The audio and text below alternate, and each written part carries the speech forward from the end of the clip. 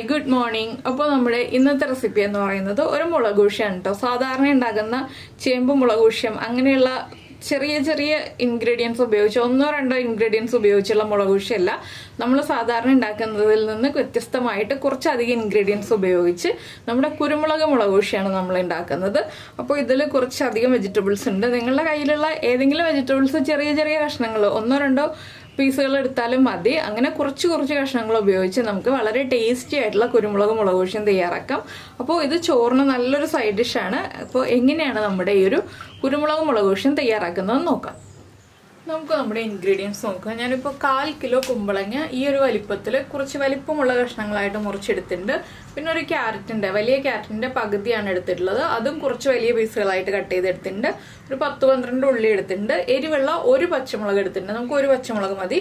പിന്നെ ഒരു 1/2 കപ്പ് തേങ്ങ ചിരവിയതെടുത്തിട്ടുണ്ട്. പിന്നെ എടുത്തിരിക്കുന്നത് 1/4 കപ്പ് തോരപ്പരിപ്പ് ഉപ്പ് മാത്രം ചേർത്ത് കുക്കറിൽ വേവിച്ചെടുത്തതാണ്. തോരപ്പരിപ്പ് ആദ്യം വേവിച്ച് മാറ്റി വെക്കുക.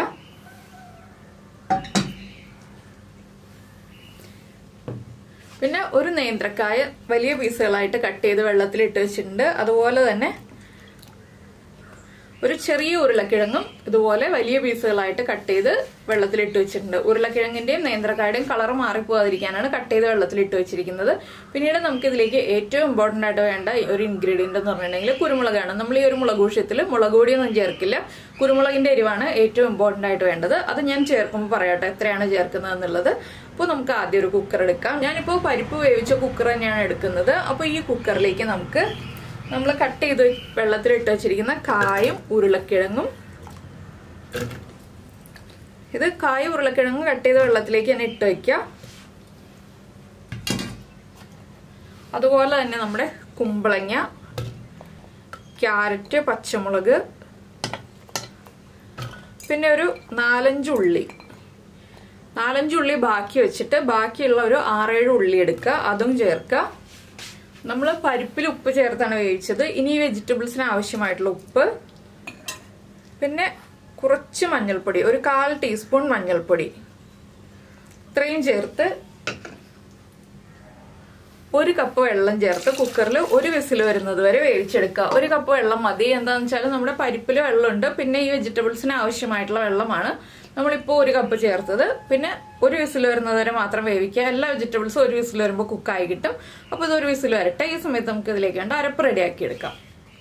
അപ്പോൾ നമുക്കിനി നമ്മുടെ അരപ്പിന്റെ കാര്യങ്ങൾ നോക്കാം. നമ്മൾ എടുത്തു വെച്ചിരിക്കുന്ന തേങ്ങ ചിരവിയതും, പിന്നെ മുഴുവൻ കുരുമുളക് ഉണ്ടെങ്കിൽ മുഴുവൻ കുരുമുളക് തന്നെ 1/4 ടീസ്പൂൺ ചേർക്കുക. ഒരുപാട് എരിവുള്ള റെസിപ്പി അല്ല ഇത്.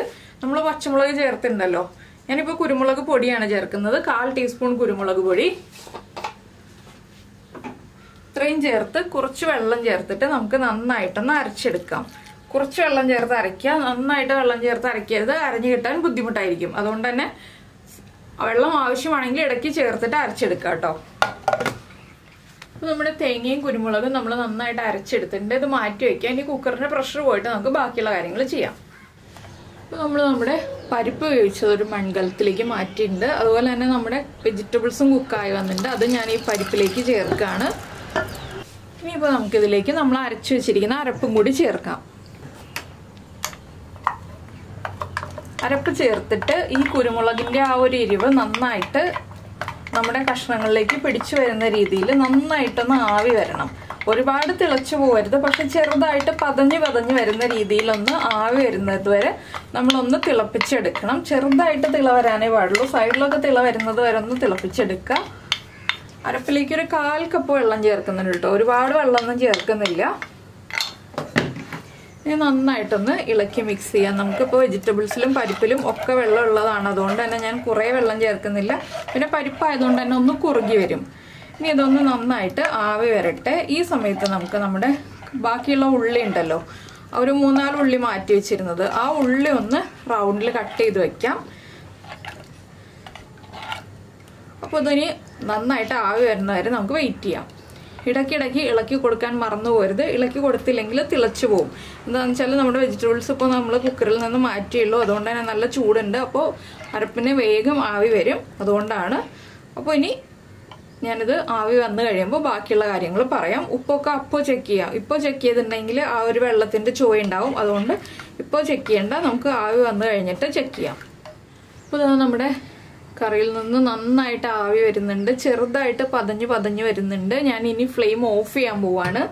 ഇതിലേക്ക് നമ്മൾ റൗണ്ടിൽ കട്ട് ചെയ്ത് വെച്ച 3-4 ഉള്ളി ഉണ്ടല്ലോ, അതും ചേർക്കുന്നുണ്ട്. അതുപോലെ തന്നെ നമ്മൾ കറിവേപ്പിലയും ചേർക്കുന്നുണ്ട്. ഒന്ന് ഇളക്കി കൊടുത്തതിന് ശേഷം നമുക്ക് കുറച്ച് വെളിച്ചെണ്ണയും കൂടി ചേർക്കാം. 1 ടീസ്പൂൺ വെളിച്ചെണ്ണയൊക്കെ ചേർത്താൽ മതി. ഇനിയിപ്പോൾ നന്നായിട്ട് ചൂട് മാറി കഴിഞ്ഞിട്ട് ചോറിൻ്റെ കൂടെ ചേർത്ത് കഴിക്കാം. ഇത്രയേ ഉള്ളൂ നമ്മുടെ മുളകൂഷ്യത്തിൻ്റെ പരിപാടി. അപ്പോൾ ഇതിൽ നിങ്ങൾക്ക് കുമ്പളങ്ങയ്ക്ക് പകരം വെള്ളരിക്കയോ മത്തങ്ങയോ ഒക്കെ ചേർക്കാം, പിന്നെ ചേന ചേർക്കാം. അങ്ങനെ 2-3 വെജിറ്റബിൾസ് നമുക്ക് ഇതിലേക്ക് ആഡ് ചെയ്യാം കേട്ടോ. ഇതിൽ കിട്ടാത്ത വെജിറ്റബിൾസ് ഏതെങ്കിലും ഉണ്ടെന്നുണ്ടെങ്കിൽ നിങ്ങളുടെ കയ്യിലുള്ള ഈ ഒരു വെജിറ്റബിൾസ് ഞാൻ പറഞ്ഞതിൽ ഏതെങ്കിലും ചേർത്ത് കൊടുക്കാം. പിന്നെ ഈ വെജിറ്റബിൾസ് എല്ലാം ചേർത്തു എന്ന് വെച്ചിട്ടും കുഴപ്പമൊന്നുമില്ല. അപ്പോൾ നിങ്ങൾ ഇങ്ങനെ ഒരു മുളകൂഷ്യം ഉണ്ടാക്കി നോക്കിയിട്ടില്ലെങ്കിൽ ഉറപ്പായിട്ടും ട്രൈ ചെയ്ത് നോക്കൂ. ചോറിൻ്റെ കൂടെ വളരെ നല്ല കോമ്പിനേഷനാണ്. അപ്പോൾ ഈ സമയത്ത് ഉപ്പൊക്കെ ചെക്ക് ചെയ്യുക. ഉപ്പ് കുറവാണെങ്കിൽ ഉപ്പ് ചേർത്ത് കൊടുക്കുക. എരിവ് ആവശ്യത്തിന് ഉണ്ടാവും. നമ്മൾ കുരുമുളകും ചേർത്തിട്ടുണ്ട്, പച്ചമുളകും ചേർത്തിട്ടുണ്ട്. പിന്നെ ഈ കാലത്തിൽ മൺകലത്തിൽ തന്നെ വെക്കുകയാണെങ്കിലുള്ളൊരു ഗുണം എന്താണെന്ന് വെച്ചിട്ടുണ്ടെങ്കിൽ മൺകലത്തിൻ്റെ ചൂടിലിരുന്നിട്ട് കുറച്ച് സമയം അതൊന്ന് നല്ല ടേസ്റ്റ് ആയിക്കൊണ്ടിരിക്കും.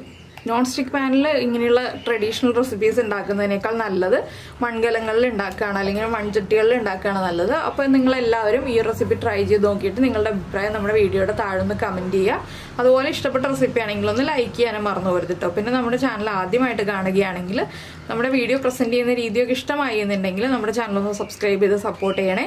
സബ്സ്ക്രൈബ് ചെയ്യുന്നതിന് ഈ വീഡിയോയുടെ താഴെയുള്ള റെഡ് സബ്സ്ക്രൈബ് ബട്ടൺ ഒന്ന് ക്ലിക്ക് ചെയ്യുക. അതിൻ്റെ റൈറ്റ് സൈഡിലുള്ള ബെല്ലൈക്കണും ക്ലിക്ക് ചെയ്യുക.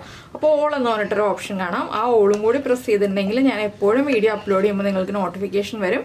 ഞാനിങ്ങനെ ഇളക്കിക്കൊണ്ടിരിക്കുന്നത് എന്താണെന്ന് വെച്ചാൽ നല്ല ചൂടുള്ള മൺകല ആയതുകൊണ്ട് കലത്തിലെ ചൂടുകൊണ്ട് കറി വീണ്ടും തിളച്ചുകൊണ്ടിരിക്കും. അപ്പോൾ ഇളക്കി കൊടുത്തുകൊണ്ടിരിക്കുകയാണെങ്കിൽ കറി തിളയ്ക്കാതിരിക്കും. ഇപ്പോൾ തന്നെ കണ്ടോ, നേരത്തേതിനേക്കാളും നന്നായിട്ട് കുറുകി തുടങ്ങി. ഇതൊന്നുകൂടി ചൂട് മാറി വരുമ്പോൾ വീണ്ടും കുറുകി വരും.